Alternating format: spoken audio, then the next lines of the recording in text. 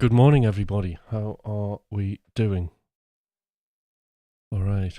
So, just need to get the chat up and sort my light out.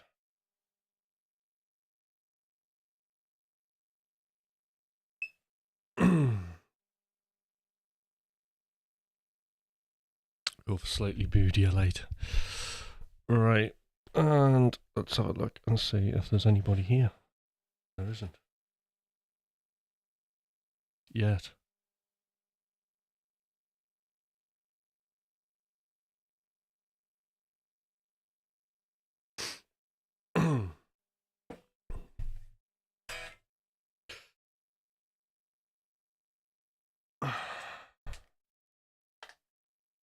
Good morning. How are we?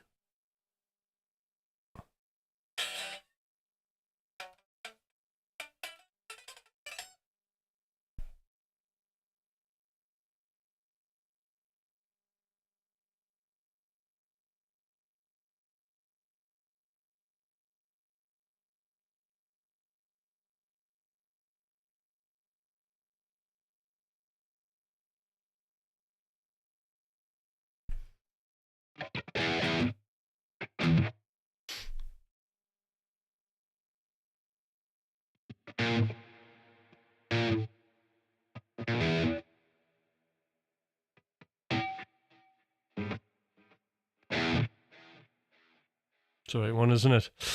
Hi, Stelly. How you doing? So, Stelly, I've got a Discord now. I don't know if you do Discord, but there is now. I'm on Discord, and be worth having a look at.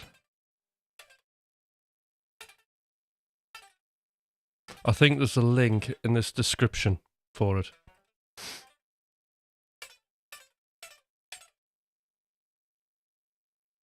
Just warming up.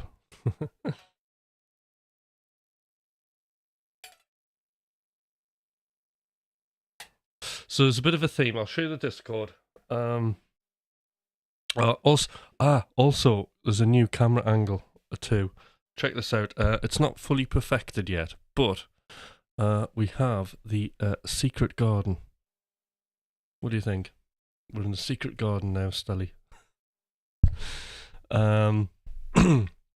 There's a couple of tweaks that actually need to be done here.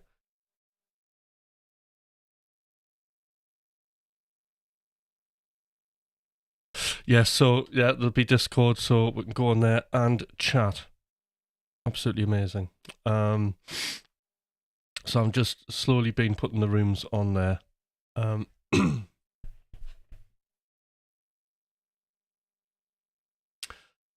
And then this is the, I don't know, I call it the secret garden because I've got the thing in the background, haven't I?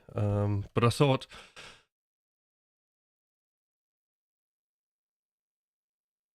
yeah, I had to move the camera because I was looking far too ugly with the angle at the side. I just couldn't, it wasn't, anyway. I thought initially that it would be good to have it at the side and then I look at the camera because that would be more sort of like engaging, but it's not fully perfected yet because the camera's slightly too high, so now I have to look up at the camera. Too close, yeah. Right, so I can solve that later today. So we can get the camera back a bit.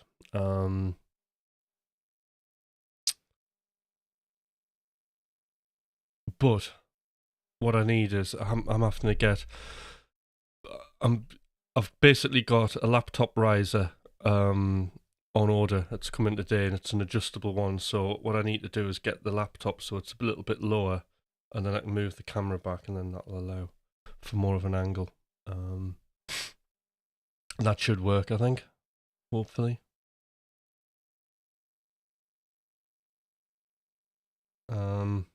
Yeah, so possibly two. I'll sort it after the stream, so I'll put that down as a note that basically it is two. I'll do it here.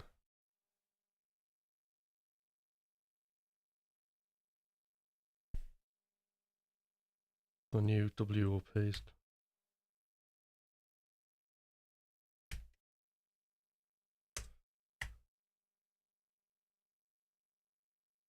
It's a problem, isn't it?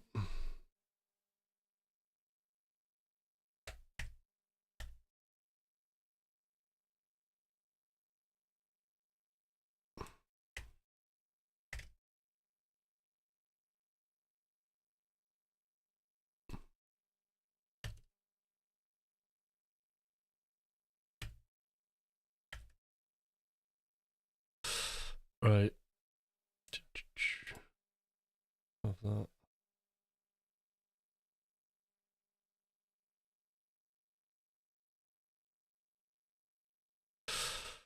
Right, I've done that. Get rid of that. No. So I got that's not good if it looks like the MacBook camera. No, I'm not. This is like it's another ZV-E10. So it's another like streaming camera like the one that I use, which is like basically it's a ZV with and then I've got a Sigma zoom lens. So it's quite a decent camera. They're quite expensive with this and the lens. It's it's about $1,200, $1,300 worth of camera and stuff. I mean the MacBook camera looks really bad. So the other thing is I might have too much light on this. Get the lighting down. No, maybe not.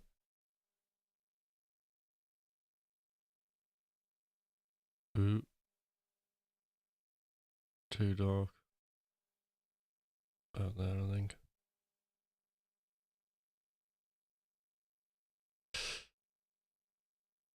Oh, right. No.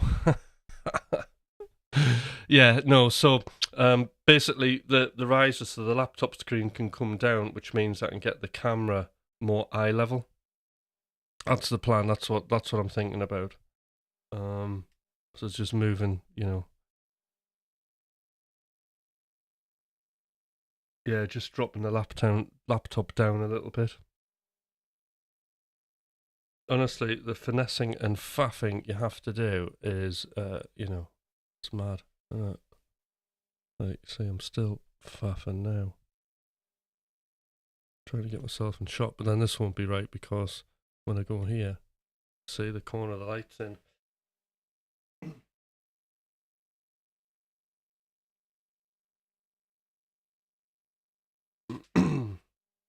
So there's constant faffing on. But that looks. Does that look all right? For now. I just need to be further back. Do you think? Sort of like this distance, Stelly.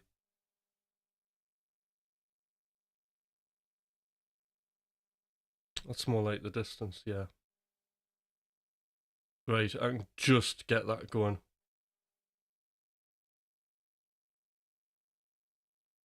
And that looks alright, doesn't it?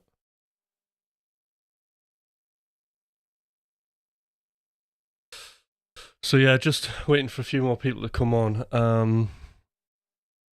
Sorry, I'm flicking about. So I think what I'll do is I'm just gonna get the Discord up. Oh shit, yeah. Fuck, I don't know what I'm gonna do with that. When I'm banging about, because it's on.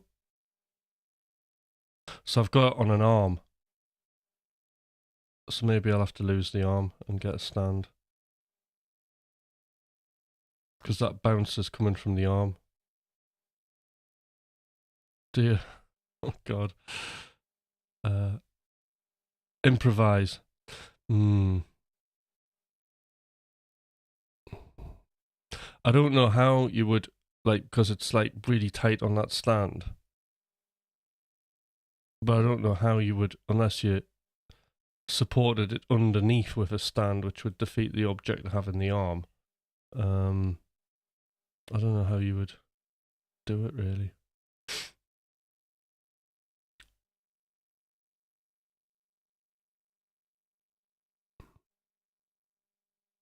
I'm thinking. Right, Discord. Where is it?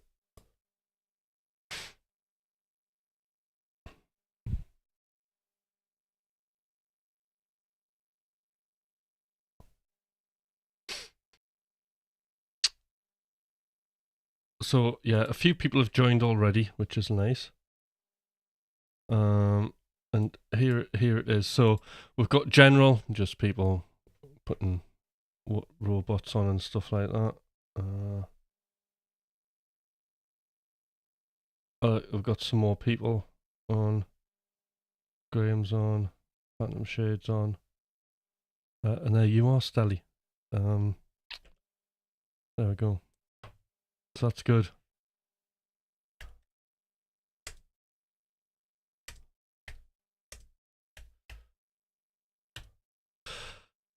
Now, so there's that. Now there's the accountability. So anybody who's wanting to do something, I've got the accountability room, and whatever you're trying to achieve this week or in the day, or whatever, you can put down what it is. So for me, I'm going to do 4 morning live streams, and I'm going to do 1 evening live, either Wednesday or Saturday. Could be Sunday actually. And I'm going to do 7 splurges, and I'm going to do some micro practicing at 2-1-2 pentatonic scales, pentatonic scale shapes over the week. So that's sort of like basically what I'm doing. Phantom Shade's going to get a track into draft by Friday. Smart Alec is going to set his camera up and do some guitar recording. Troll is going to practice scales for 5 minutes. I'm assuming that's 5 minutes a day. Kevin, he is also, because I teach him guitar, I've got him onto the 2-1-2 stuff. So he's doing 2-1-2 pentatonic scales for 15 minutes, probably every day, and a splurge for at least 15 minutes every day. And then we've got Pixie Nightmare, who's going to finalise her sweatshirt designs, and we'll be running through also 2-1-2 shapes for the 15 minutes, because it's a bit of a 2-1-2 craze at the minute. So that's that. And then just the general channel. We've got successes, so obviously if you succeed at something, we can celebrate it in there. There's the coaching room, so if you've got specific problems and stuff you can go that you're experiencing, you can go and mention them in there, and I'll probably address them on a live or in the room. Music feedback. Well, everybody can give feedback on everybody else's track, but I'll not be telling people like that the hi-hats are too loud or anything like that. It'll be a different type of feedback. Gear, because we like to nerd out. Introduce yourself, and that's about it for now. I don't know if there's any other rooms that need adding, but if anybody's got any ideas, I can get them added and we can see. Yeah. All right. So today we've got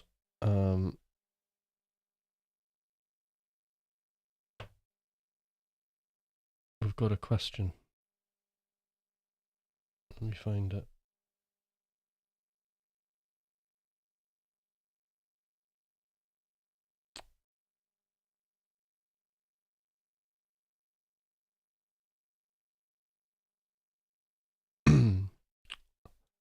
Right, so this is what we are addressing, this thing here, right?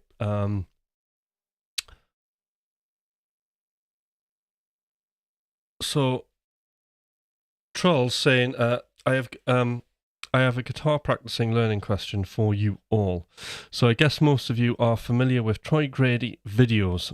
Now, if you're not familiar with Troy Grady is the picking expert. Okay, he does like amazing videos, and the thing with Troy Grady is, he started slowing down like old guitar tutor videos from the 80s by shred guitarists like Vinnie Moore, Paul Gilbert, people like that. And what he was doing, he was having a look at their picking hand. And like one of the problems he was trying to solve was how they were doing their inside picking motion. So we'll have a look at that in a bit. So he's just saying that it's very cool production, which it is. It's really well presented.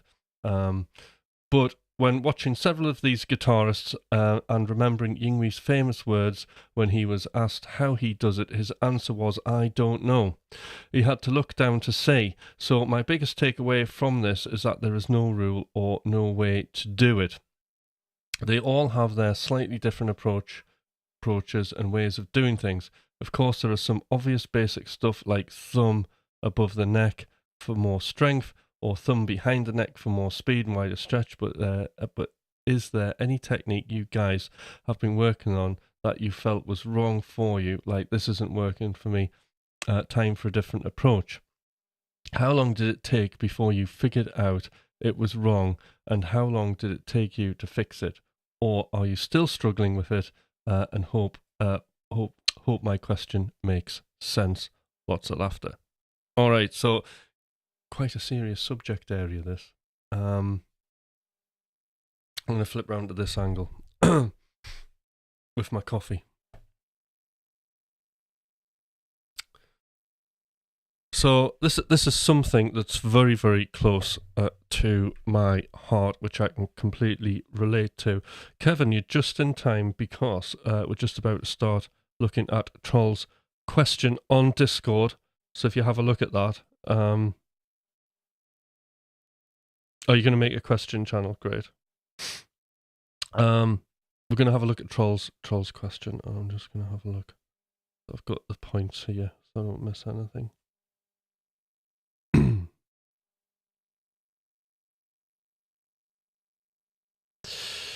Right, so basically what it was with me,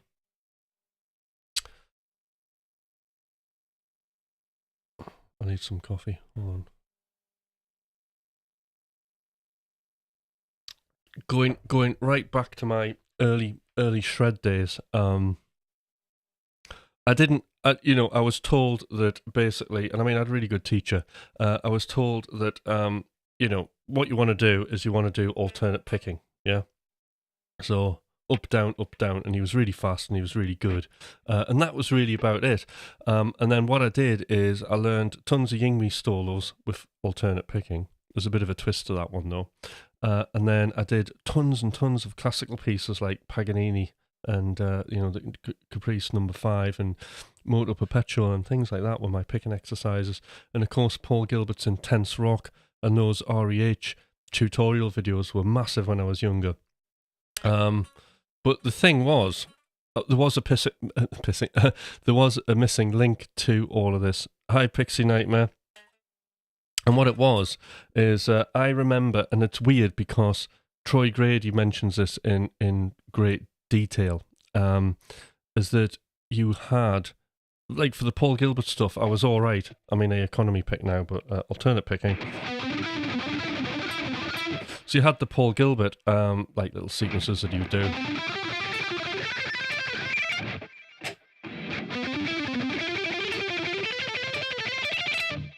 Just warming up.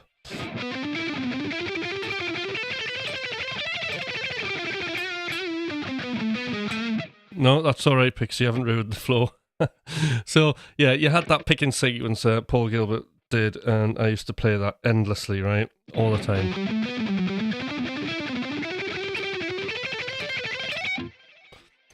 But the thing was with that, and I mean, I don't really practice it now. I should, because it's a great outside picking thing. So I was quite happy doing that outside picking thing. But when it came to inside motion, I couldn't do it at all.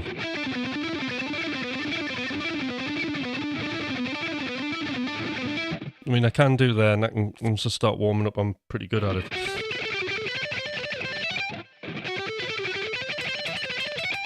There we go.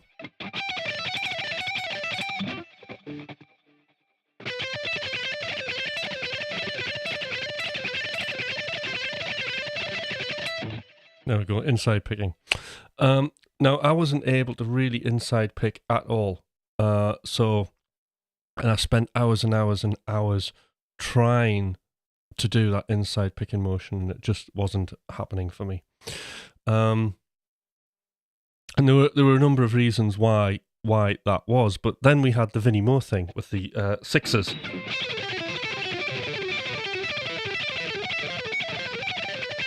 Okay, so descending sixes that were ascending.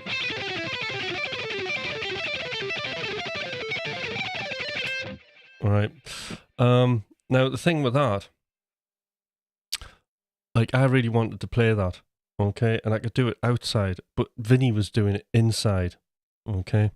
And how do you do that? And I could do it outside picking the sixes, but I couldn't do it inside.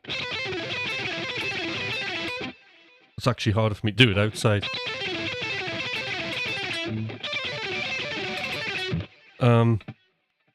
So he was doing it like inside picking, which was just almost impossible. And I tried, and I just could not kind of get it together. And I wasn't really aware of my picking motion at all. But basically, what I was doing when I was picking on reflection after watching the Troy Grady videos was a couple of things. One was I was doing the sort of the double escape motion. All right, so double escape motion would be this. Double escape motion is, right, we can just about see, is where the pick is basically going in flat, right? And when you're picking, okay, so you're doing like an arpeggio or something like that, you can see it really clearly there, as the pick can arc out either up or down away from the string, okay? Which means that you're not getting trapped. But what Troy Grady discovered is that, and I noticed this, is that there's only so much speed you can get out of that. It's not like the most super efficient way to pick, but it's great for if you're arpeggiating a chord, right?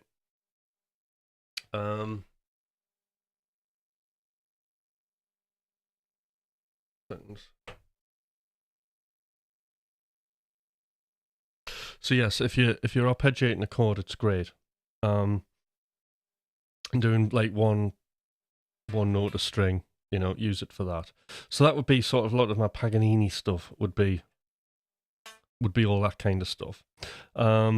And then the Paul Gilbert stuff, what was happening there was I was doing it sometimes intermittently. I'll have been doing the double escape motion because you've got one note on this string and then you've got three.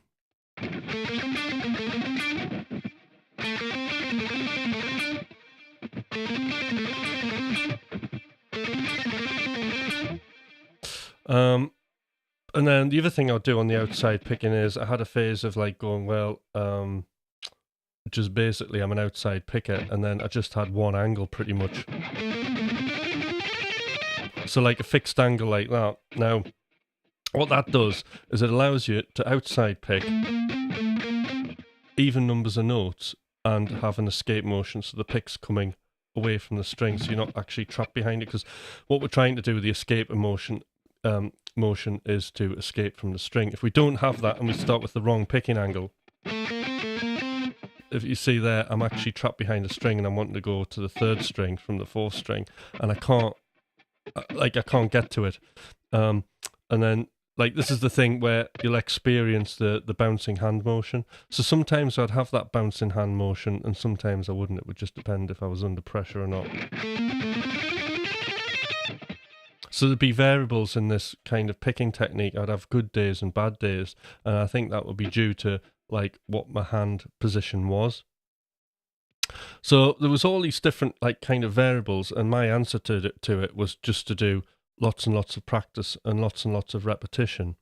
But I wasn't really aware of the engineering problem of the rotations of this hand. Okay. I mean, I would practice things like keeping your fingers low to the strings. I was doing hammers only. I was doing like lots of like cool stuff that I do now. Back then.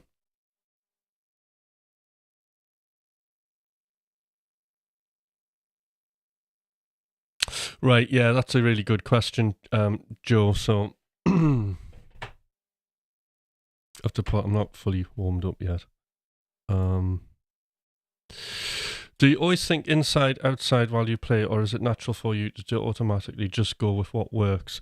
I'm not really, when I'm playing, I'm not really aware of it. Okay, I'm not fully conscious of the whole thing. Not now. I was when I changed my technique round to economy picking, and there's a reason like why I did that. But actually, the truth of the matter is I do like a hybrid between economy picking and alternate picking.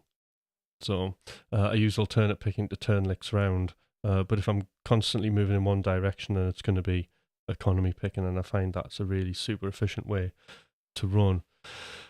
The interesting thing about that is I could have done that years and years ago, and I wish I had. But I watched the Frank Gambale video, and Frank Gambale is amazing. But like I was really young when I watched it. You know, I was like I was barely a teenager, and I was doing the alternate picking thing and practicing that, and there was Frank. You know, with his leather pants pulled up and his nice shirt on and his yellow Ibanez Frank Gambale signature guitar, absolutely tearing it up. I mean, I just used to watch that mesmerized at how his fingers would just float across the guitar. I just thought, like, that is amazing. What was he playing? It was totally like alien to me. And then I did start doing the video, and I dabbled a little bit with it. But the thing for me is, what he said on that was that to turn a lick round, what you had to do is you had to have an even number of notes. So, you know, like when you're playing, I think, see if I can remember. So if you're playing like a G major scale,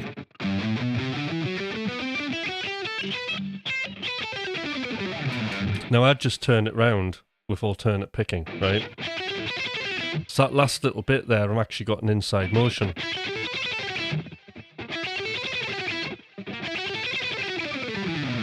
Okay. What Frank was saying on the video is that you do this. 2 notes. And then you've got, in fact, that's how you do it, right? So you stop there,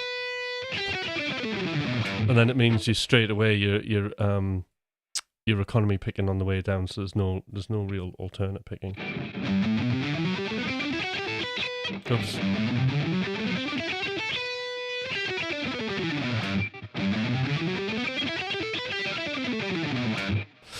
But then to go back up again, you're going to need an even number here. So what you do is you do the fusion scale and you add a chromatic note in. So my head's already done in because I've got to add in a note that I may or may not want.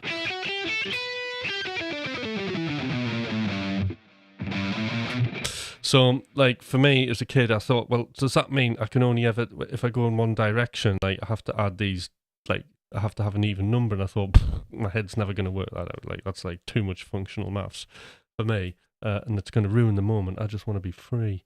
I didn't, you know, so I took it very literally, which was the wrong thing to do. So that was like economy picking out of the window, but obviously sweep picking was a thing. So, like, I hope that kind of makes sense. Like, you know, why I came to that decision. So, the way my playing works is that I'll just do the alternate picking thing. I'll go up a scale and come back down it.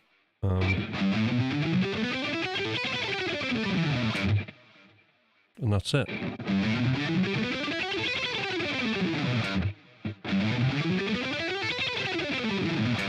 And you can get like some decent speed into it when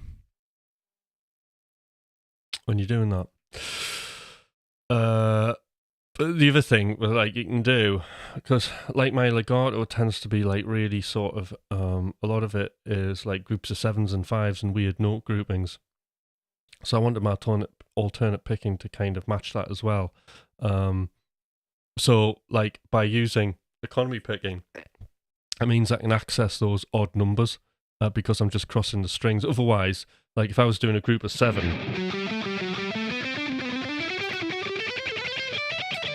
as you can see the angles there. I mean, I could practice it and get it going, so that's alternate picking.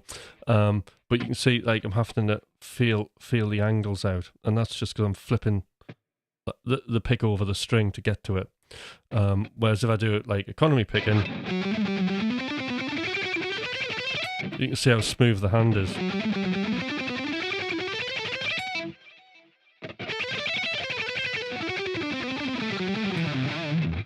So you can kind of access like really weird stuff like that. And then weird odd note, like one of my licks. Starting it. Like something like that.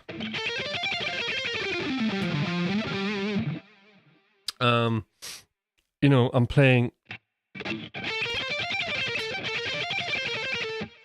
So we've got 3 notes, 2 notes, 1 note, and then 3 notes.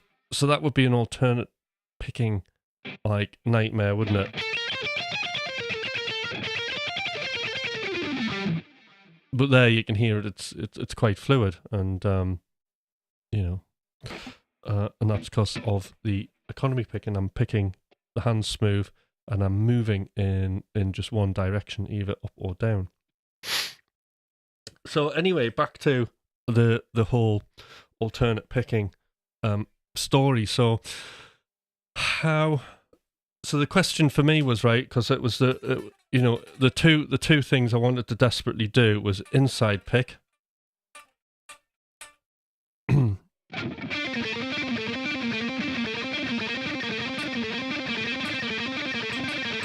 So that's my inside picking now. It's warmed up, right? You just got to feel the angles out. So that's a really essential part, alternate picking, but inside picking of my economy picking. That's the caveat. Is you have to do a bit of inside picking. So you need to be you have to get a grasp of that. So the question was, how do you inside pick the Paul Gilbert lick, and how do you inside pick the Vinnie Moore descending sixes?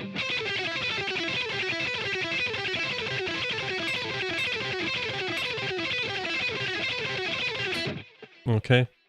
So how do you do that? So this is when I started looking at Troy Grady, right? And then he's talking about the picking angles, which I mentioned before. And the picking angles are just a way so you can flip that pick over the string. Let's have a look at the groups of sixes. Descending. So what happens there? Because I do have to slow it down a little bit. Because I have to. So I know the theory, but then when I'm actually practicing it, it's slightly different. So I'm starting with when I started off, I think it's pretty much the correct angle. So I'm practicing with an upward slant. So the pick's going that way. It's pointing down. So we're going. Now what that does is it's flipping the pick away from the string. And then we can go into an upstroke. So you're nicely lined up to hit that second string. But we have to get back, so there has to be a rotation. So that rotation actually... The way I decided to do it was like a gradual rotation.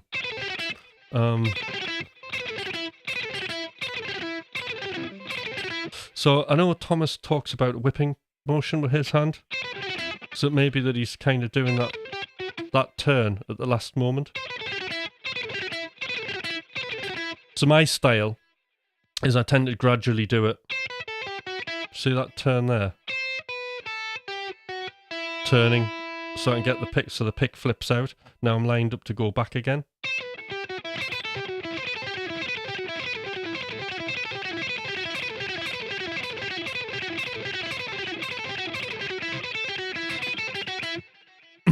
So I'm just getting you. I played acoustic guitar for hours yesterday, so I'm a little bit.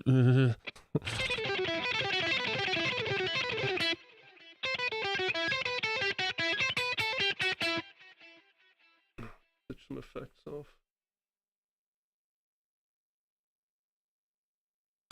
All right.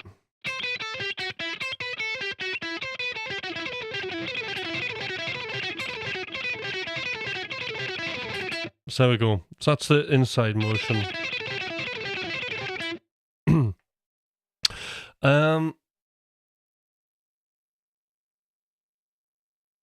Just thinking. So those are the angles that solve that, and then obviously the Paul Gilbert one's slightly like trickier.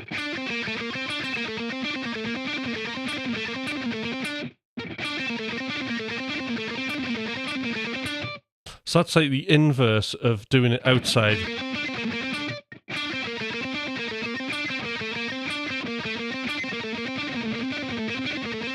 Right, so what you have to do here is there's still an angle, okay, but because I've got one note, we have to make sure we reduce that angle.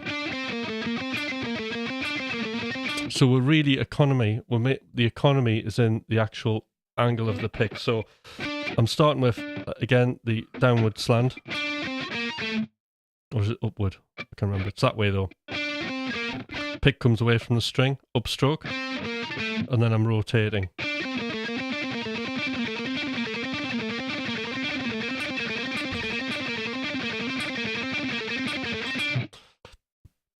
And then that way you can do the inside motion. So going back to sort of Troll's question is, you know, was there ever like a technique you kind of gave up on? I mean, and then there was, and I'll come to that in a bit.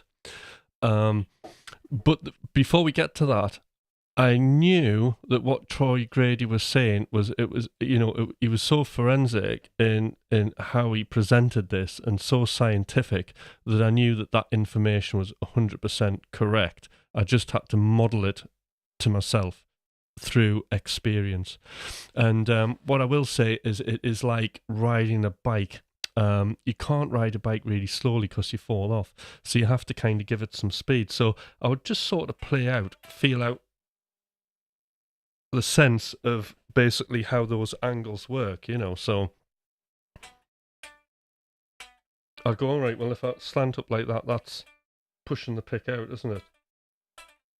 So I can see that. And then if I do it inside, it's like the inverse of it. So I knew that. And then it was just a question of kind of role playing it really slow. And then just trying it like at a medium tempo. And that's how I did it. And then it kind of clicked. And then I was able to do stuff.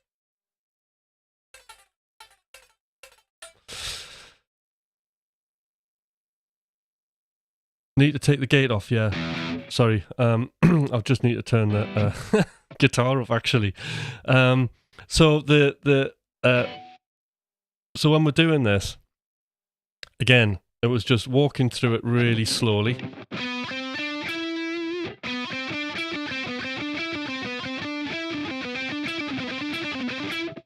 And feeling out where those rotations are. And then just getting it up to a speed. And then reducing the rotations to what you think's necessary. Okay.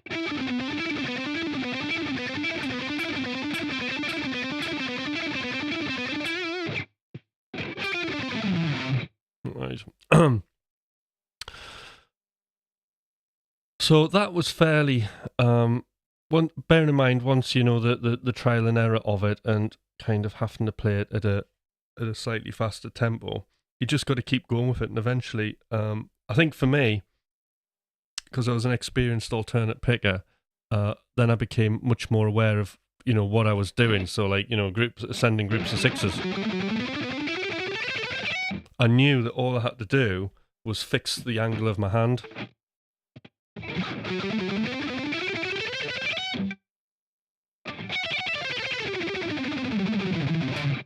And that's the alternate picking.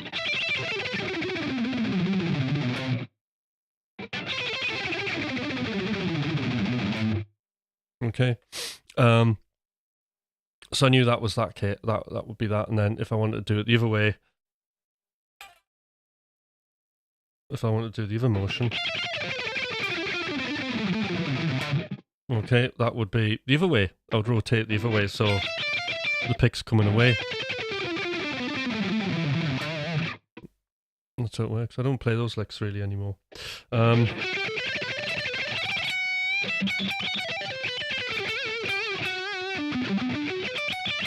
mean, that's my alternate picking. Very aggressive.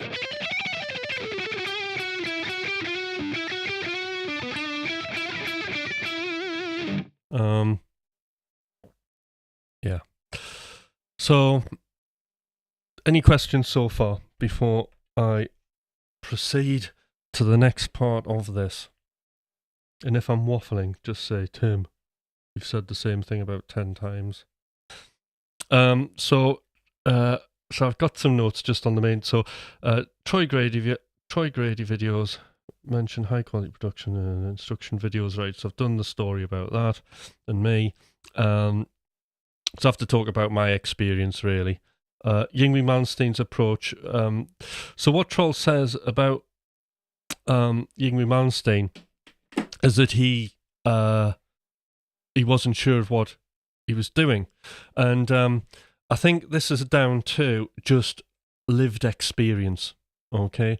And this is something that I'm really, really aware of, okay, because I have there are a number of ways that I test my playing out. A, on a live stream, just getting used to people watching you, playing guitar is a real good benchmark of where you are when you're playing under that kind of stress. And when you're playing under that stress, you're also technically practicing under that stress. So it's very much a real-time, lived, practical experience of how you handle that. And the more exposure you have, the better a player, the more that your playing kind of levels up between your bedroom playing and your live playing. Now I think like now we have the internet and things like that, and we've got access to as much information as we want, and we can sit in our rooms in the comfort and just sit there and watch people play. But back in the day, like me and whatever, I'm not that old, but I'd be what there was no, like I was just doing.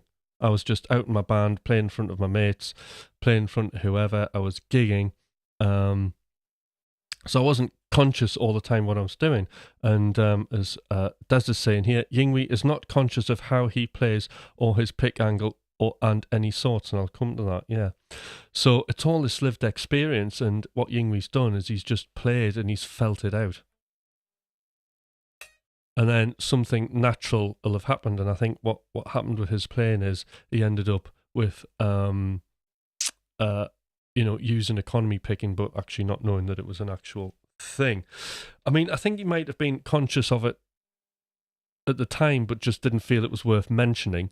I think he'll have sat down and gone, well, why am I alternate picking? I can just go, if I just do that, I don't have to mess with my hand. And then he'll just go, got used to that motion.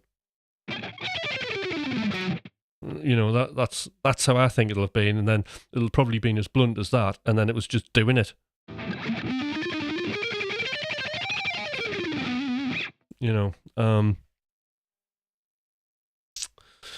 So it was God, wrong angle. So it's that lived experience of playing and then doing and then just having to do it in front of people and then feeling it out till you get the right thing and it clicks. So you're always practicing and you're always testing in front of an audience, and you're recording as well. So when you're recording a lot, so you're sitting in front of a speaker and you're recording. It's practice in a way, but it's putting like it's like putting your playing under a microscope, isn't it? You're acutely aware of everything about it, and you just have to kind of model yourself to overcome those challenges of recording, and like all of that kind of experience day in day out that he's had will have added up to this thing, and then you're just playing it and you just become. I mean, that's the final stages of master. I mean, mastery goes on forever, but that mastering that technique is where you are at first conscious of it, and then you're unconscious. And this is a dance between the two parts of our brain, the prefrontal cortex and the old prehistoric brain, okay? This is really fascinating because this like improved. I was using this actually in music production, right, when I was learning new things. But actually, it's really helpful to know this process when you're playing guitar. So when Troll's talking about techniques and we're talking about like picking angles and stuff like that, what we're talking about is the analytical thinking part of our brain, okay? Now, the problem with that is our thinking brain, our front of our brain is much more power hungry than the rest of the brain. It's great for creating things and solving problems and stuff like that, but it's not very good at like unconscious shit, right? Which is what we need. So when you're learning picking angles and you're walking through this, be aware that a lot of this is your thinking, creative prefrontal cortex brain. And now what we're trying to do when we're talking about muscle memory and things like that is we're trying to move this information from the front of our brain to the unconscious part of our brain. And that's the, the cave person, spear throwing, hunting, killing machine brain that's just, runs off instinct, fight or flight, all that kind of stuff. That's like that, we're not consciously thinking, it's just happening, and that's it. And that's where we need to put all of this information needs to get into that part of the brain because it's quicker access, and it's not as power hungry. Like when you're doing a lot of prefrontal cortex stuff, you get tired quick. When you're in a lesson and it's really challenging, you can feel that you're getting tired, and that's what it is. You're taking that information in. Interesting thing, when they do MRI, they did MRI scans on grandmaster chess players playing chess, and you would imagine that there would be a lot of prefrontal cortex activity happening when they scanned the brains, and there wasn't. It was all the cave person brain. But it's an interesting one, and that it's power hungry. It's the least developed part of our brain. Our brains apparently grew from the back to the front. So by putting, all of these licks and all of our music theory, and when we're improvising, we want to be thinking about nothing. That's what we want to be thinking about. Absolutely nothing.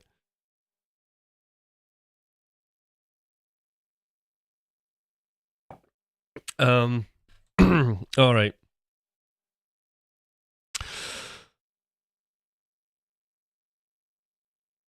So, Joe, playing and... Right, oh God, Josh, thank you, Josh. I'm glad you think this is awesome.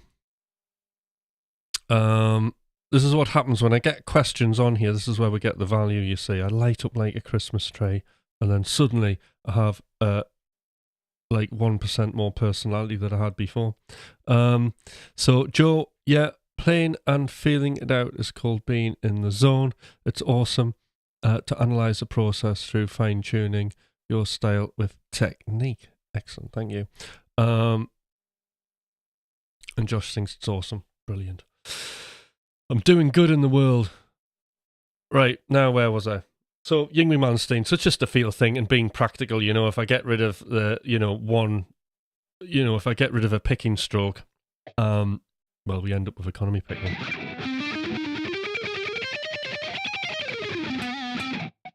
All right, so,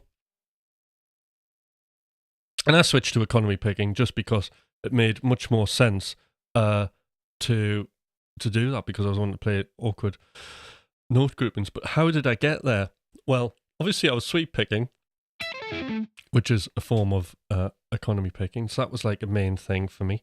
But then I started getting interested.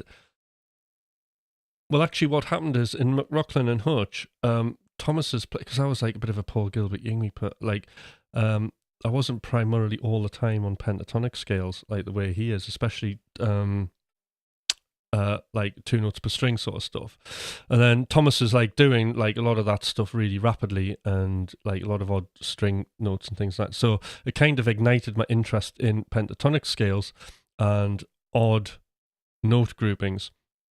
So then I was kind of looking, when I was doing my research, like one of the things that I kind of came across was how, like, people like Joe Bonamassa, how they do their those fast groups of 5 pentatonic runs. Now I don't particularly like playing these, but I used to play this for a while. So we'd do five notes, 1, 2, 3, 4, 5.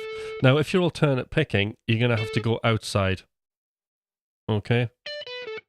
And then every 5 you change in your picking angle, which is just like nonsense. It's horrible. It's miserable to play. You have to think about it, and like you're just not having fun with the music. So I don't want to think about that. So what you notice players doing is they're doing this. They're going down, up, down, up, down, down, up.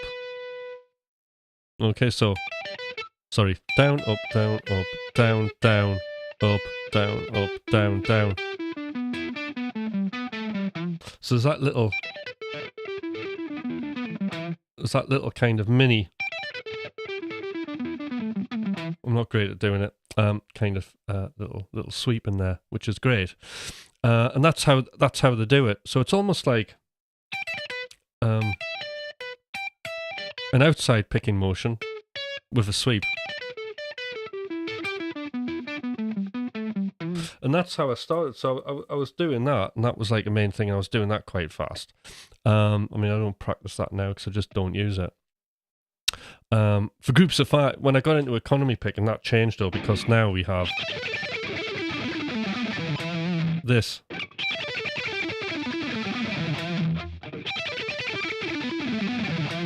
Once I get it dialed in. Which makes a lot more sense to me, because then the whole thing's like economy picked.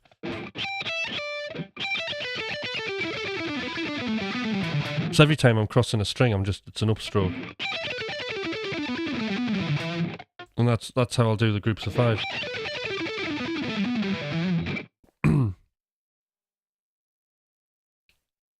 Anyway, just having an itch in my head there. What else was that? So that's like how the start of it happened, was just doing those little mini sweeps, and then I was doing quite a bit of them, and then I was thinking, all right, okay, hold on, why don't I just go all out on this?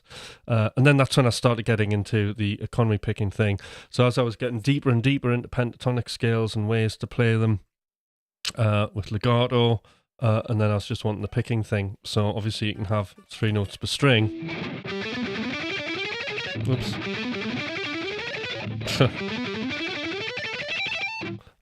Sort of stuff, and you can do your groups of 6s and whatever I was doing, like with outside picking I could do, inside picking I could do that as well, providing it was sort of even notes. Do the odd sort of, in fact I can't even do it now, but that would be like one thing that I would do, that I would try and do with alternate picking, and it was just miserable, and it would be hit and miss because you've got very tight sort of angles that you've got to achieve with that. I mean, let's have a look at that. You know, if you had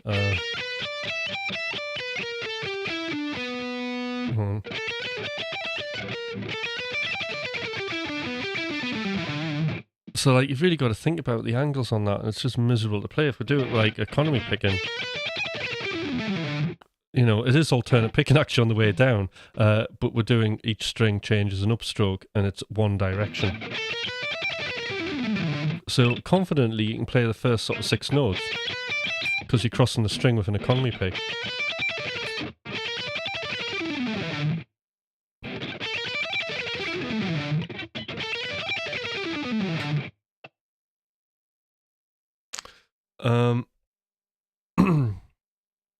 Right, I'm getting distracted, aren't I?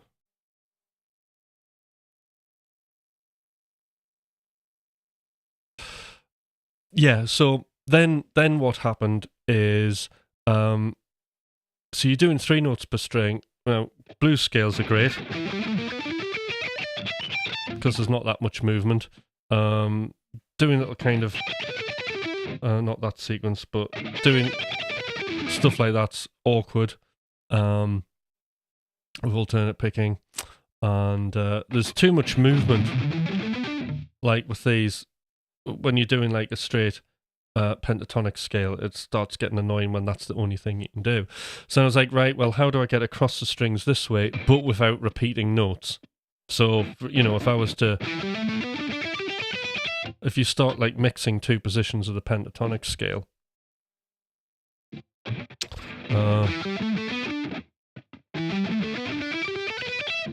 right, you just get repeating notes. How often do I change my pick? I don't know, quite often. So you get repeating notes, so you can do sequences, you know, where there isn't repeating notes at legato and stuff like that, and picked. But what if we want to just go up and down in that direction? Well, and we can't do 2 notes, then it's a different story.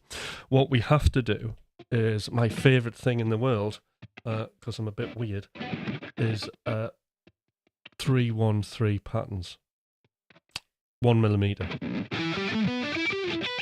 The pick thickness is 1mm. So this is 313. Now to play 313, you could do it alternate picking, but you're gonna have just a miserable life. Okay, so for me to do this, I had to use economy picking, and that's the turning point for me. Was right. I want to do economy picking now because that's cool.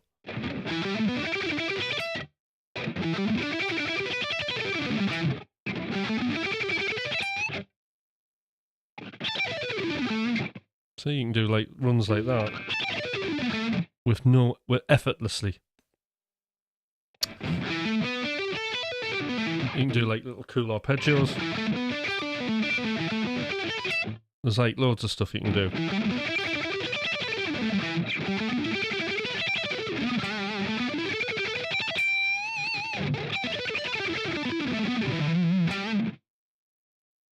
So that's when the whole economy picking came in, because like that's where like alternate picking isn't going to do this, and now I need to make the shift, right? And I made the shift, and it was really, really challenging. So Troll was talking about like giving up on a technique, and I felt like giving up because I had quite good alternate picking because you're practicing all the time. You know, I could get by like that and just continue to build my style slowly around that. But I wasn't getting any of the big jumps anymore that I really, really wanted to have. So I was at the crossroads, and I had to choose really, basically, if I want to future-proof my guitar playing, for me personally, that really, if I learn to economy pick, it's going to open a lot of doors to stuff, you know, and it's also going to level up my picking to my legato, because, you know, even though it just felt like two different guitarists, and I wanted to be able to like integrate the two things so it was more seamless. So that's like why I started doing it. It's a fairly low action, but not like massively low.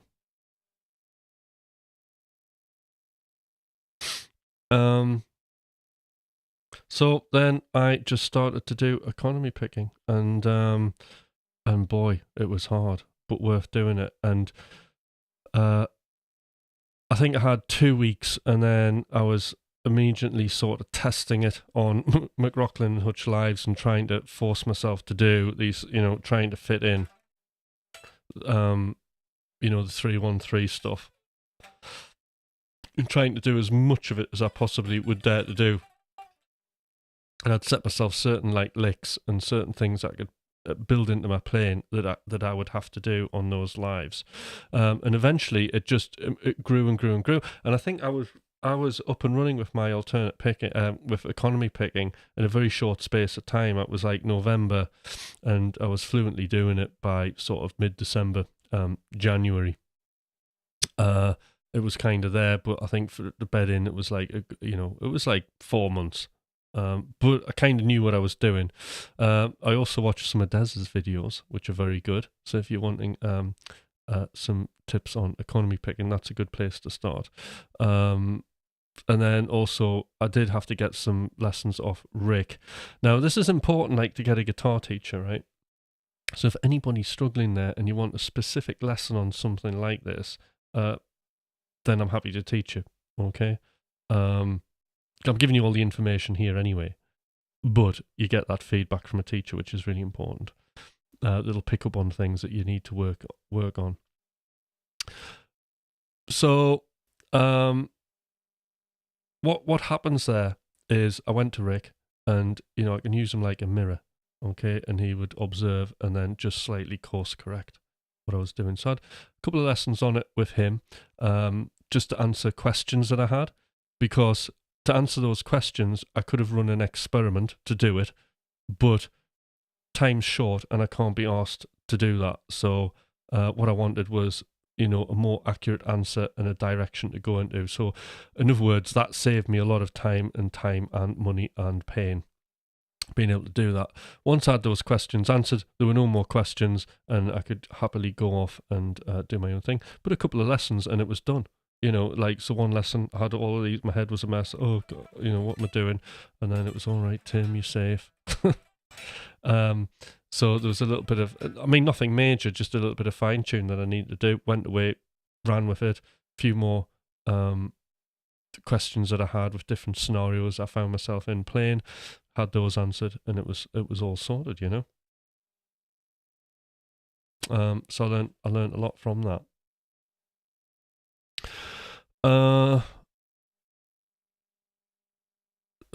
Trying to think. Right, so is there any questions? Any questions so far? Am I covering this in as much detail as I possibly can? So there were times that I felt it wasn't working, but I just had to keep going with the whole thing. That was the thing. You have to. I'd come so far, and I had to do it. And literally, what I would do is every day, and I'm going to do a video about this actually. So a couple of things I would do is I would do like micro practicing before I went to bed and when I got up. Okay, and it would be just a very small thing. Okay. Definitely I was doing this.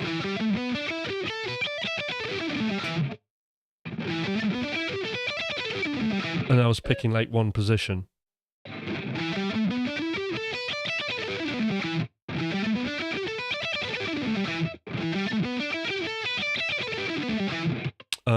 And just doing that for 5 minutes.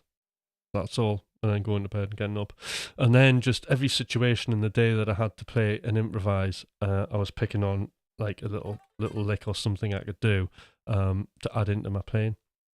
And then every night I was literally just practicing up and down scales endlessly, doing the economy motion.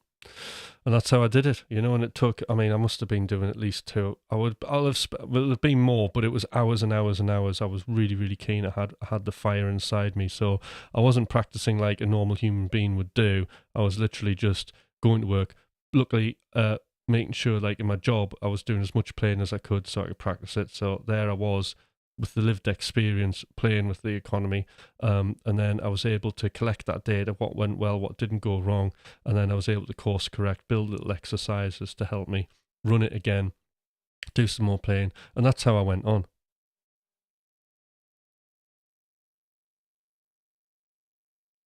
Right, so sometimes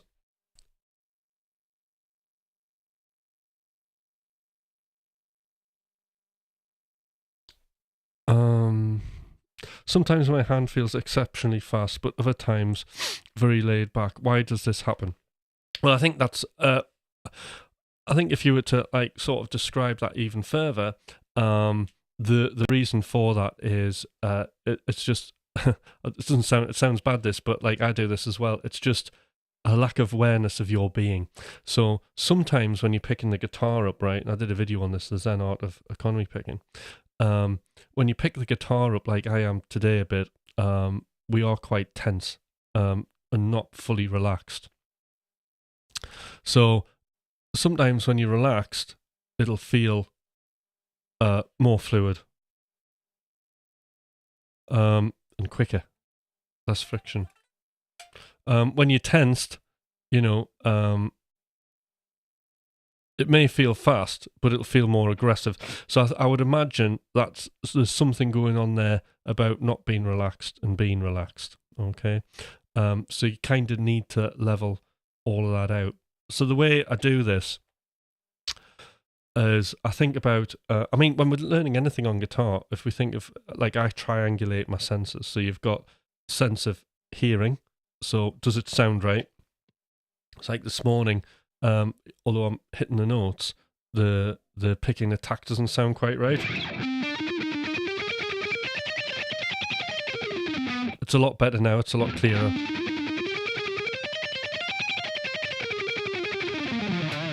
Okay. So I'm acutely listening to that pick attack. Okay. But what I'm also doing is I'm just clocking how it feels. How does that pick feel? I mean, I am picking at an angle, but the pick isn't picking, it's pushing. So it's a real solid connection to the string.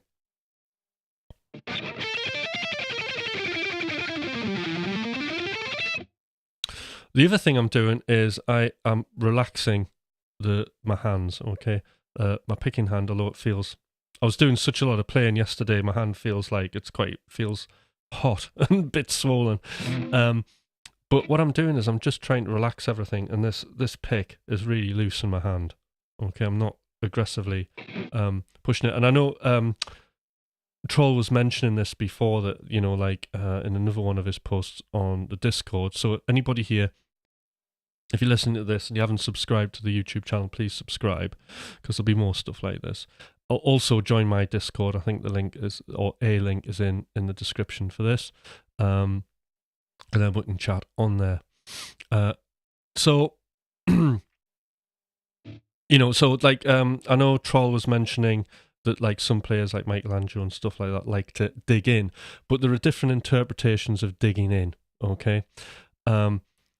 For me, I used to play aggressively and be tense, okay? But it didn't do me any favours, because you're tense, you know, or yes, you're picking hard, but you're kind of fighting against this resistance, which isn't any good. So you need to relax. But then if you relax, right, you'll think, oh, well, like my picking technique will be like too light. So then you think it's light. Don't like that, right? And then the picking attack sounds a bit rubbish, okay? So we want a way to play, we want to sound like we're digging in, okay? Well, we want to dig in. It's not sound like we're digging in. We want to dig in, but we want to be relaxed. And we want to be playing the guitar. Again, Troll was mentioning guitarists do play lightly. I've done a bit of research like this, and a lot of guitarists do play lightly, you know? But they play digging in. So how do you do this? There are two things that you need, two components to this really, and they're very, very similar. Component one is you need to you need to start to learn to pick plant. So we do a lot of, you know, we'll talk about a lot about, like, you know, reducing movement on this hand, which is great. But what about reducing movement on the pick? Okay. So really, pick planting, what you're doing is you're pushing the pick into a rest stroke. Okay. So this is like one of the exercises, basically, so you get a feel for it, is you play the note and you try and stop it as quick as you can.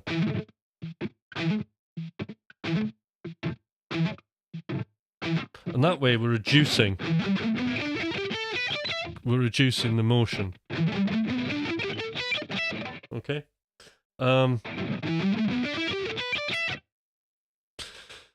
So that's the first part, is the planting.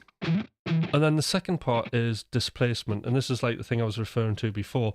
Rather than a kind of whipping action, the pick is being pushed through the strings.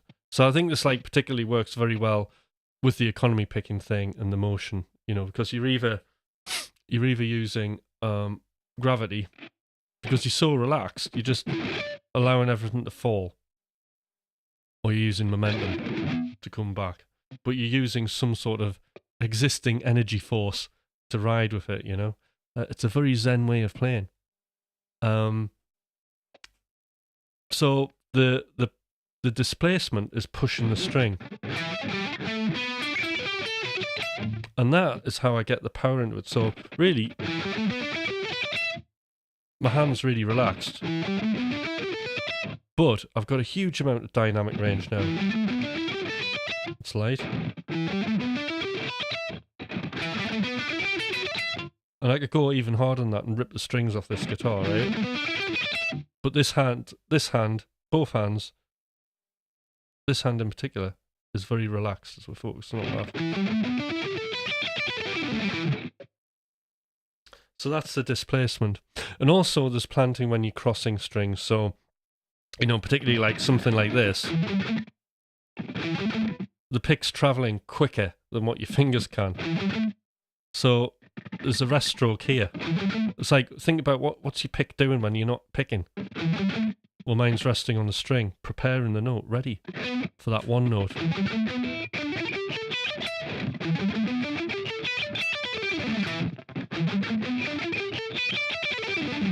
Okay.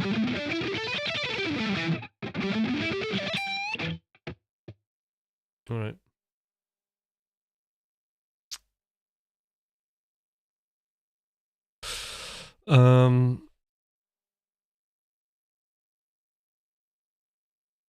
I don't like. Or the other thing, Elvish, I don't use thin picks. I use 1mm, which is it's got a bit of flex in it.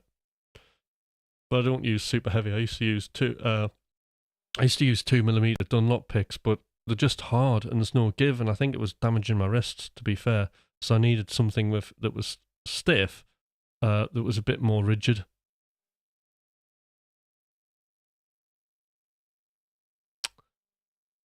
How to okay. How to develop finger stamina for a fast section or a fast song.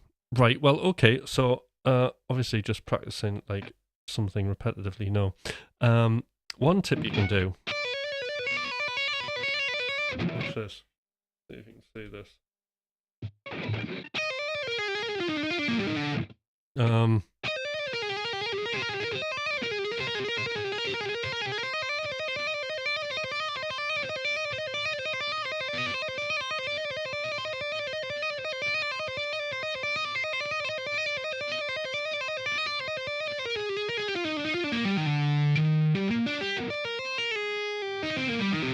Okay, so what we're noticing there.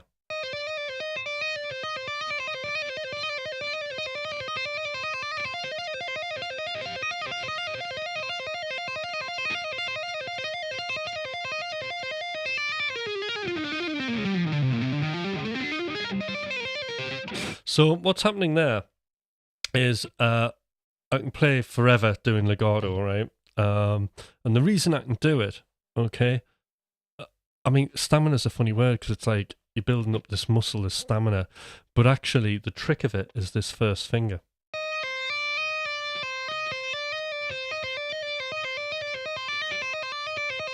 So at choice moments, and I'm really unconscious, this is like one of those Yingmi moments that he has to look at his hand.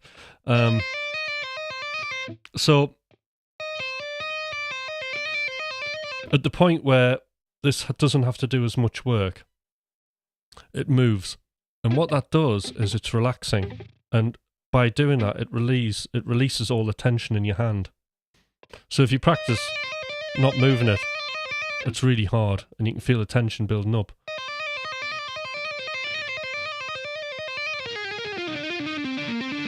But learning to move that first finger is really important.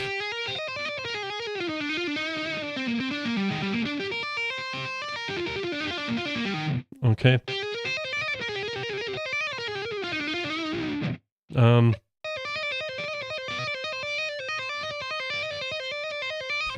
Let's see there.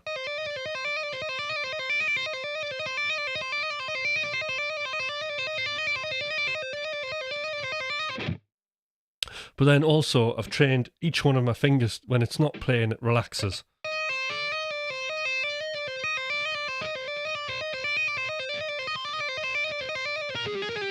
Now, again, with my legato, it might sound that I'm playing really, really hard, and I used to think like playing really hard was good.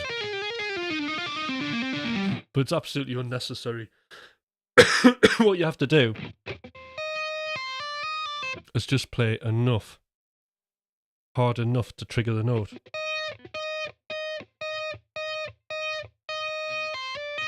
And by doing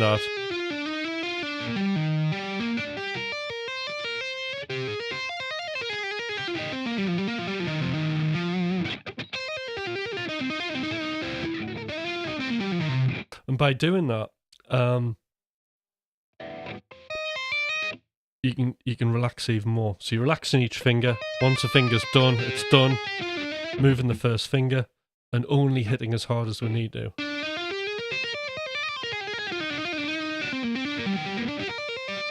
Pull-offs.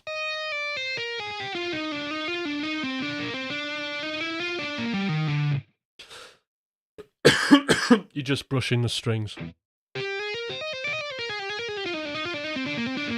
And then what you're doing is you're listening to what you're doing. So you're playing as hard as you need to play to get the tone that you want.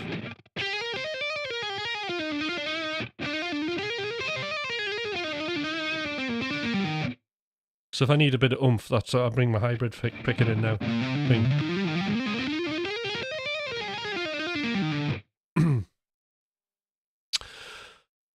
Right.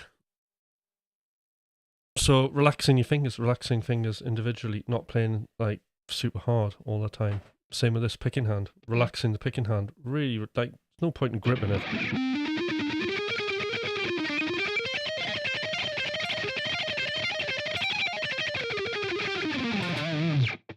Just be light. Okay.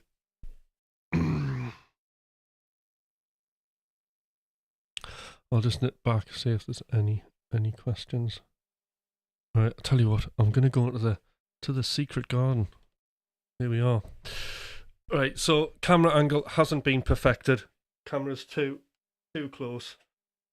I need to move it back. What else do I need to do? I need to see where I am on here. So it didn't look too bad there if I move back a bit.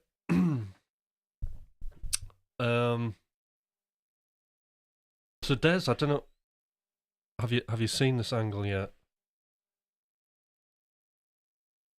Yeah, we're in the garden. That's right. So this is the new shot that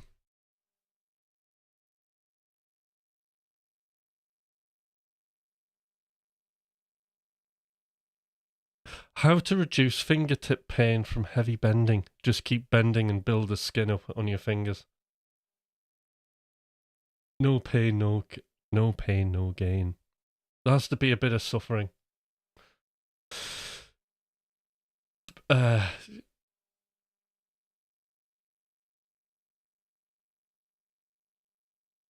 I've started doing a lot of bending on acoustic guitar actually.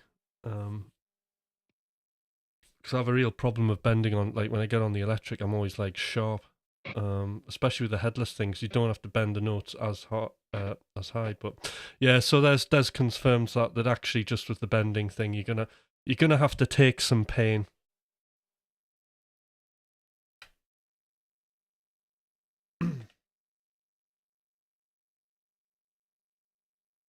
And you do have to suffer a bit, you know. Because if there's no suffering, it's not worth doing. There's no contrast to it, you know. Then you feel like you're winning. I mean, this is the thing. I mean, being a music coach is great because I can get rid of all of the unnecessary suffering in the process. Like the stuff that's just like shit and boring and crap like that. You know, I can help people just kind of organize that and get it out of the way so they can purely concentrate on the hard bit. The bit that's people find more challenging is the uncertainty. So by just clearing up the process, so we're just focused on the uncertainty, it's super helpful. But with the guitar playing, you know, at the end of the day, I can show you and go, well, you can play light, but you can play hard. You need to be relaxed. All these things are really important utility things, but at the end of the day, it is down to you to do it. Trems take a little bit of pressure off bends as well, so yeah.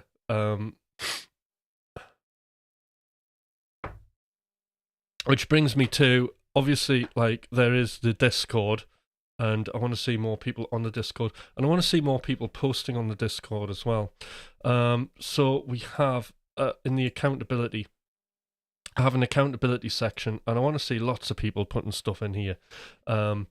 So, you know, just for your week, you know, or even for your day, but what are you trying to achieve? And try and make it measurable, you know. So, for example, for me, I'm going to do 4 morning live sessions. Okay, it's measurable and it's time bound. I'm also going to do my wins, problems, and opportunities after each one of them because I do need to create new knowledge for myself and be improving things this week. I will do 7 splurges. So I'm going to have 7 splurges by the end of the week. And I'm also going to do my micro practicing of the 2-1-2 pentatonic shapes over the next week. So we need to see some kind of progress in there, and then at the end of that I'll review it.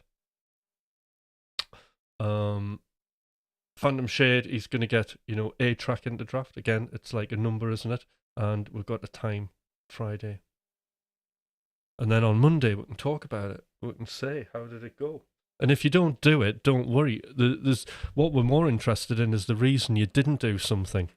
if you didn't do something, why didn't you do it? Right. Well, let's talk about it. We'll solve that, and then you can run again, and then see if you do it. And then if you do it, and it's easy and it fits in with your life, you've cracked it, and now you've made room for yourself to develop. So Smart Alex, a good one. He's going to set up the camera and record some guitar stuff. So I would imagine, having done that and seeing us playing, there'll be lots more things to do for accountability. Troll's going to do 5 minutes scale practice a day, and why not? 5 minutes of, really focused playing. That's good.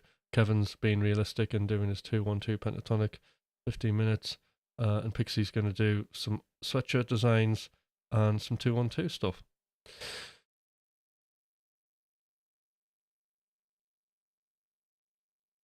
Oh, doesn't it? Right. This is interesting, Elvish Panther. Doesn't it feel enough to you, since you know a lot of guitar? Nothing's ever enough, and my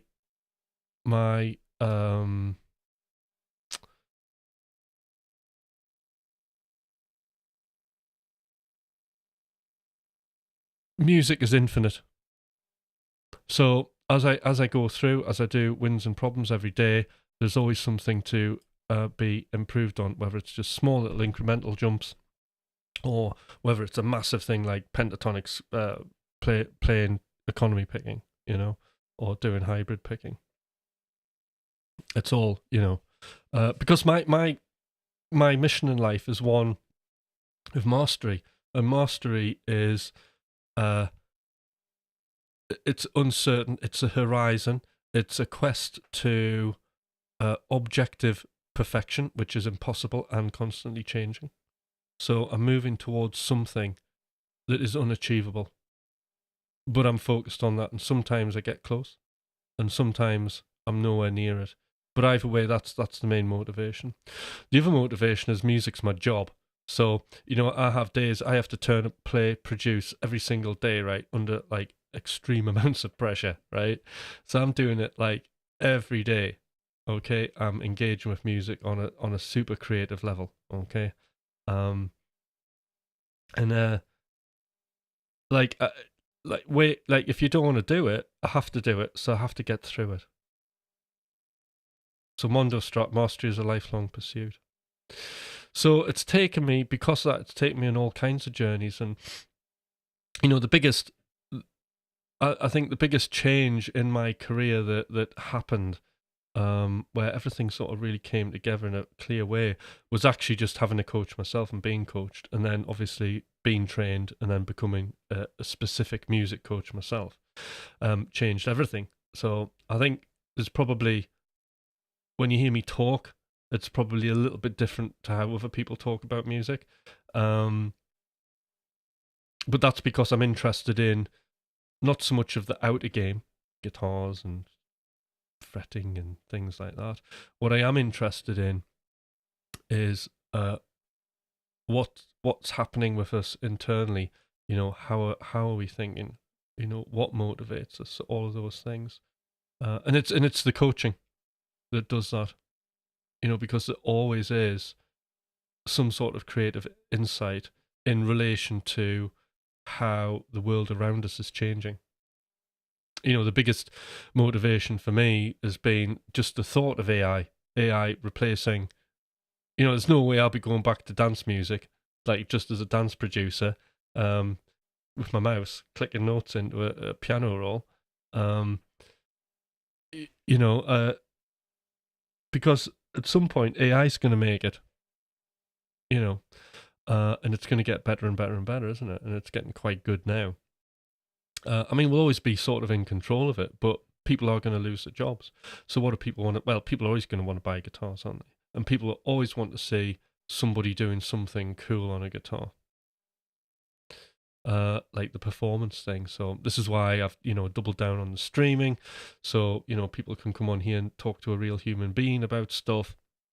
These are the things that I'm thinking about in the future. Obviously, I'm still writing music, and my old band, Freakstar, band, if you can call that, to me and the missus, back in the day, we've posted up our back catalogue, We haven't officially released anything. It's all on SoundCloud. But I mean, it's had about, it'll probably be over 13,000 listens, and it's only been up about a month. But there's been videos and all sorts of plans. So, there's always like little interesting things doing. There's new material being wrote for that, which will come out. Well, we've got 3 videos to do. The 3 singles we're releasing, and then there's another 3 or 4 tracks that are going to be released after that, like new stuff. So there's that. There's the McRocklin Hutch stuff, but me and Thomas are quite busy, and we like playing live. So there's always the lives there. So it's really just thinking about like how I'm connecting with people and picking a guitar up and talking, and fits perfectly for now with the in relation to the current landscape of music. But I do love tech, and I do love producing, and I do love electronic instruments. And when you see me, getting on and making a track, I'm in the moment, and I'm loving messing about with synths and all sorts of stuff. So it's cool. There was one part of the Troll's question that I do want to mention, and that was there ever a time that you gave up on a technique? And there was, because actually the economy picking, I went straight through and I didn't give up, and like when I felt like giving up, I used grit. I was like, oh, you've put time into it, you're going to do this, don't give up. And I'm so glad I didn't.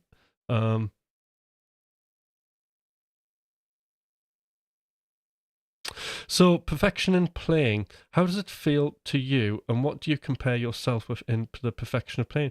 It's down to your awareness. So perfection is a never-ending thing, isn't it? And what is perfection? We can't be perfect because everybody in the whole entire world and every culture and every would have to agree that thing's like perfect. Okay, so that's not going to happen.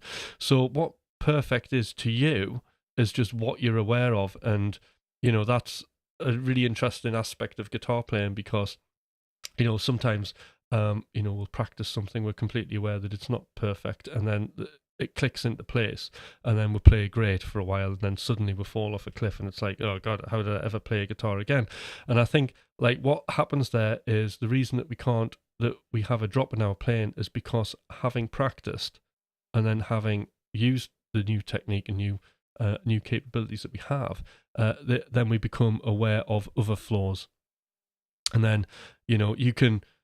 There are 2 ways to go. You can either go, oh god, why is it not like working? Oh, I'm depressed. Oh, I can't I can't play. It was so good before, and that kind of, which would be me before. But actually, what happens is I get very excited, and then I immediately think of remove myself, and I start thinking of it like a scientist or a forensic examination, like the police coming to see a crime scene. And then what I do is I do an examination of what's going on, and I assess. I find a problem, and then I have a process where I'll literally free write, I'll describe and then explain.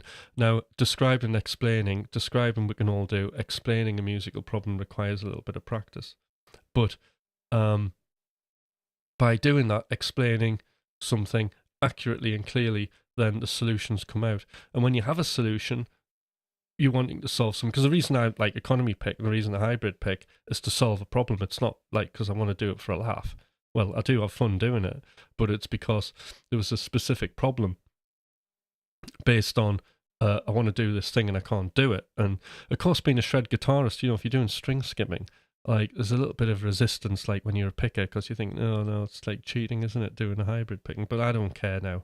I just, I don't have any ego there. I'm completely aware. I've been it, and I just I just want to get from A to B the easiest possible route I can, and then the hybrid will come out to do that. I don't care. I don't care if I economy pick, alternate pick, hybrid pick. I just want, hammers from nowhere. I'll do all of it just to get about, because what I'm doing with these techniques is it's a set of tools, and what the tools do is solve problems. You want to go on? It's Freakstar, spelled FREEKSTAR. Now, there's no shredding on it.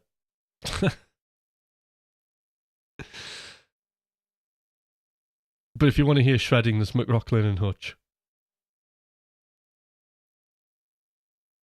So there's I've been bashing away at the 2-note per string pentatonic thing for a year and a half, been kicking my ass, but I'm not ever going to give up improvement now finally, you see, so that's good. So Des, I think I've heard so much about the 2 note per string, trials and tribulations. Can we meet up on a Zoom call? Because I need to ask more questions about this, because I think I want to know more about your 2 note per string pentatonic thing that's going on. So if you're up for just jumping on a Zoom call, maybe Friday night, I can have a non-alcoholic beer with you. I'll be it would be an honour and a privilege to have a moment on a call so I can investigate. I want to investigate your 2 note per string pentatonic thing. No pressure though. If you think you've got to your best ability, where else can you improve? There's always improvement. And again, just as I was saying before, it's about awareness. So enjoy the feeling of being on top of everything. But at some point, you're going to kind of crash down. And that's where it gets really interesting. So the crashes are great. I love the crashes. I remove myself. I remove me hating myself, not being able to do something, feeling stupid because it was good before, now I don't understand why, and describe the problem, explanation, create exercises, micro practice, and off I go, and then it'll take you on all kinds of weird and wonderful journeys, and just enjoying being a musician and not feeling under pressure that you have to do one thing constantly. You know, I mean, God, I mean, I stopped not fully playing guitar, but I stopped playing guitar for years, and I was obsessed with being a dance producer. I mean, I released like. Everybody would be sick of hearing. I stopped counting at 122 tracks. It was quite funny actually, because the missus came down and went, "How many tracks have you released?" And I went, 122. And the reason I can remember it, there was more than that, but I said 122 because the lesser number sounded bad. She went, "How much money have you made?" And I went, "I haven't made anything." And she goes, "So who's making the money?" I went, "Well, the labels that sign them, they get it all, but I'll get some money when they pay it off, but they always keep you in debt. Nobody makes any money out of dance music if you release through a label. You'll get the fans. What you have to do is then you have to set your own label up and release your own music, then you'll make some money." So this is like back in the day, and then she just went absolutely ballistic and went, "You're banned from releasing music through other labels." And then luckily, like, me and Thomas then got together, and then we decided, I was like, we're not releasing through labels, we're going to release our own thing. But I must admit, after 122, I was having the odd flitter. I was like quickly firing out EPs and all sorts of stuff. There was a little bit of a crossover. I was doing McRocklin and Hutch and still releasing dance music. So I used to do sly little releases when she wasn't working, like looking, you know, without. So I was addicted to releasing music, basically.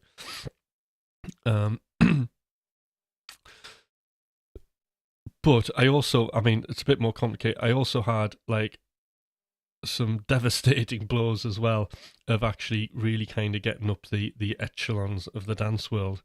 Because I had a publisher who wouldn't allow me to like sign into certain deals that would have been very good for my career.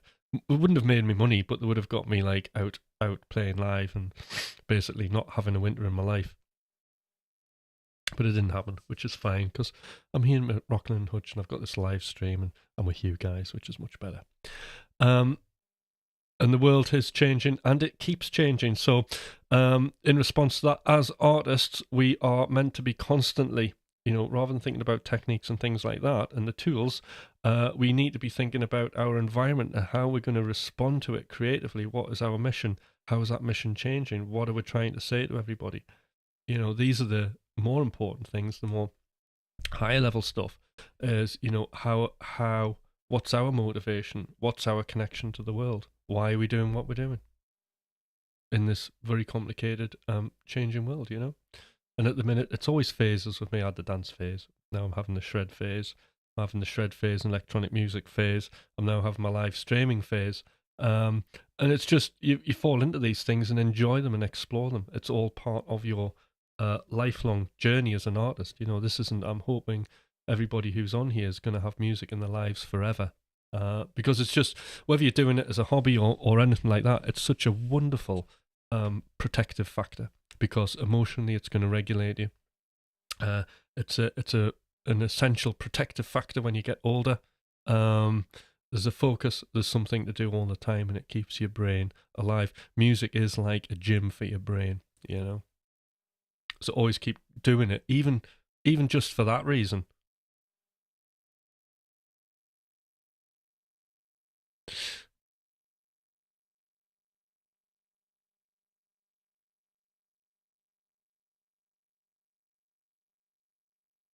Okay, some pretty good questions there.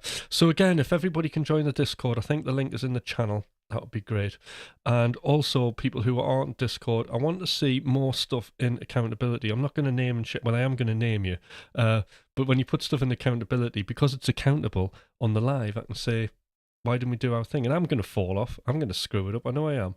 But that's the whole point. Because then I can go, well, why did I do that? Why didn't I do it? You know. So don't worry, I'll make a complete arse of it. I can guarantee it. You know, I'll do something wrong. I think my challenges aren't big enough this week. I haven't stretched myself. I'm just being a bit careful.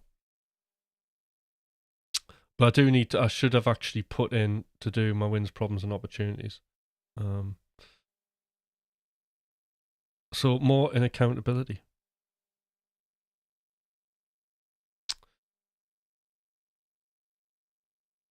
And then also, just before I go, the shameless plug that obviously my favourite thing in the world is music coaching. And so if there's anybody who would like some one-to-one, actually I'm really interested in the one-to-one coaching. So if you want some non-directive coaching, this is interesting because you'll come to me and what I'll do is obviously I'll say hi and all that kind of thing. But when the session starts, I only ask you questions based on the information that you're telling me. And then that allows you to work out what it is what direction you want to go in. So it's incredibly empowering, and it's all to do with you coming up with your own solutions to your problems prompted by me. Other than that, there's the music coaching group, which is $237 a month. We meet for 2 hours every week, and we make music. And I'll take you through the process, and I'll coach you to be absolutely prolific, and I'll show you my system of how I do things, which is like the music making machine, and you'll learn it, and it'll be a wonderful thing.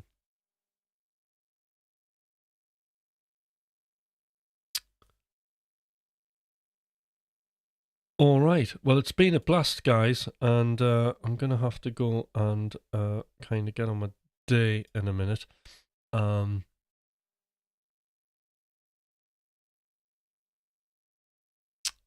So there's no live tomorrow. So live number 3 will be Thursday morning. And it would be great if anybody's got any questions on guitar playing, like music production, anything to do with music. I think I can cover a lot of things. If you could basically post a question up, I will answer it. Okay. So if you can do that, that would be great. And I will see you all on Thursday. Thank you. Where's the off button? Oh, finished. Sorry, wind. All right then. Bye.